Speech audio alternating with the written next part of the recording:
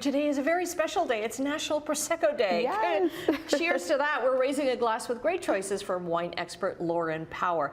And Prosecco is really coming into its own. So much more popular now. And you're getting so many more choices at bars and restaurants. Yes, yeah, we've seen Prosecco absolutely explode in the past 10 years. And consumers really starting to understand the difference between different styles of Prosecco, different methods, and different taste profiles. Okay, so first of all, what it is, it's sparkling wine from Italy. Exactly, from Veneto, which is northern Italy. And then we have little pockets like Treviso and Valdobbiadene, where we're doing just a bit of a higher quality, getting some more pronounced fruit, more nuanced flavors. Okay, so there are all different types of Prosecco then. So many.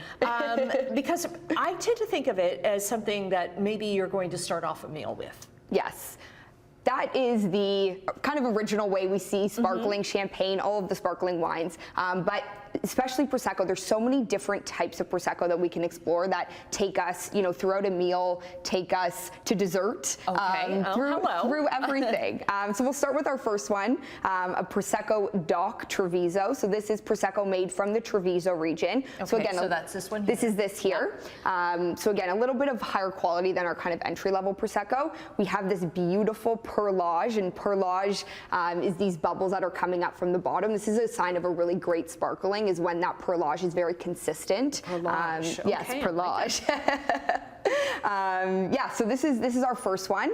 Our second wine is a DOCG Prosecco, which is also known as Prosecco Superiore, which is the best version of Prosecco. So the grape is grown, the Glera grape, which is what we use in Prosecco, grown in a better region, and again, just makes for a little bit more of a complex wine. Okay. And what's great about the difference between these different Proseccos is we're not jumping crazy amounts in price. It's all very reasonable, $10, $15 to get to the next level. Okay. Unlike something like a champagne where, we have to shell out maybe an extra 50 or 100 to get to that better level of sparkling.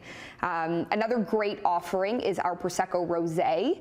So this is Prosecco made with a little bit of Pinot Noir skin. So we're getting, again, just a little bit more complexity, a little bit more of those classic rosé flavors like the strawberry and raspberry, just a little bit different. Okay, so you've got some different food choices out here. So which would be good with say, more of a savory or with cheese? Yes, so honestly, Prosecco is the best with cheese. Hard cheeses, soft cheeses, it's so versatile.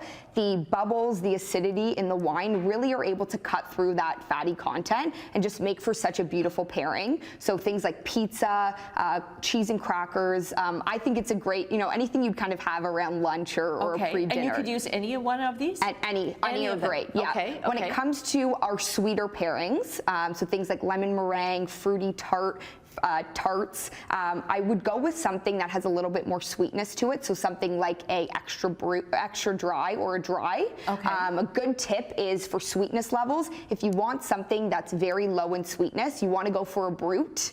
It can be a little confusing with the dry versus brut, but brut is the least amount of sugar or least amount of sweetness.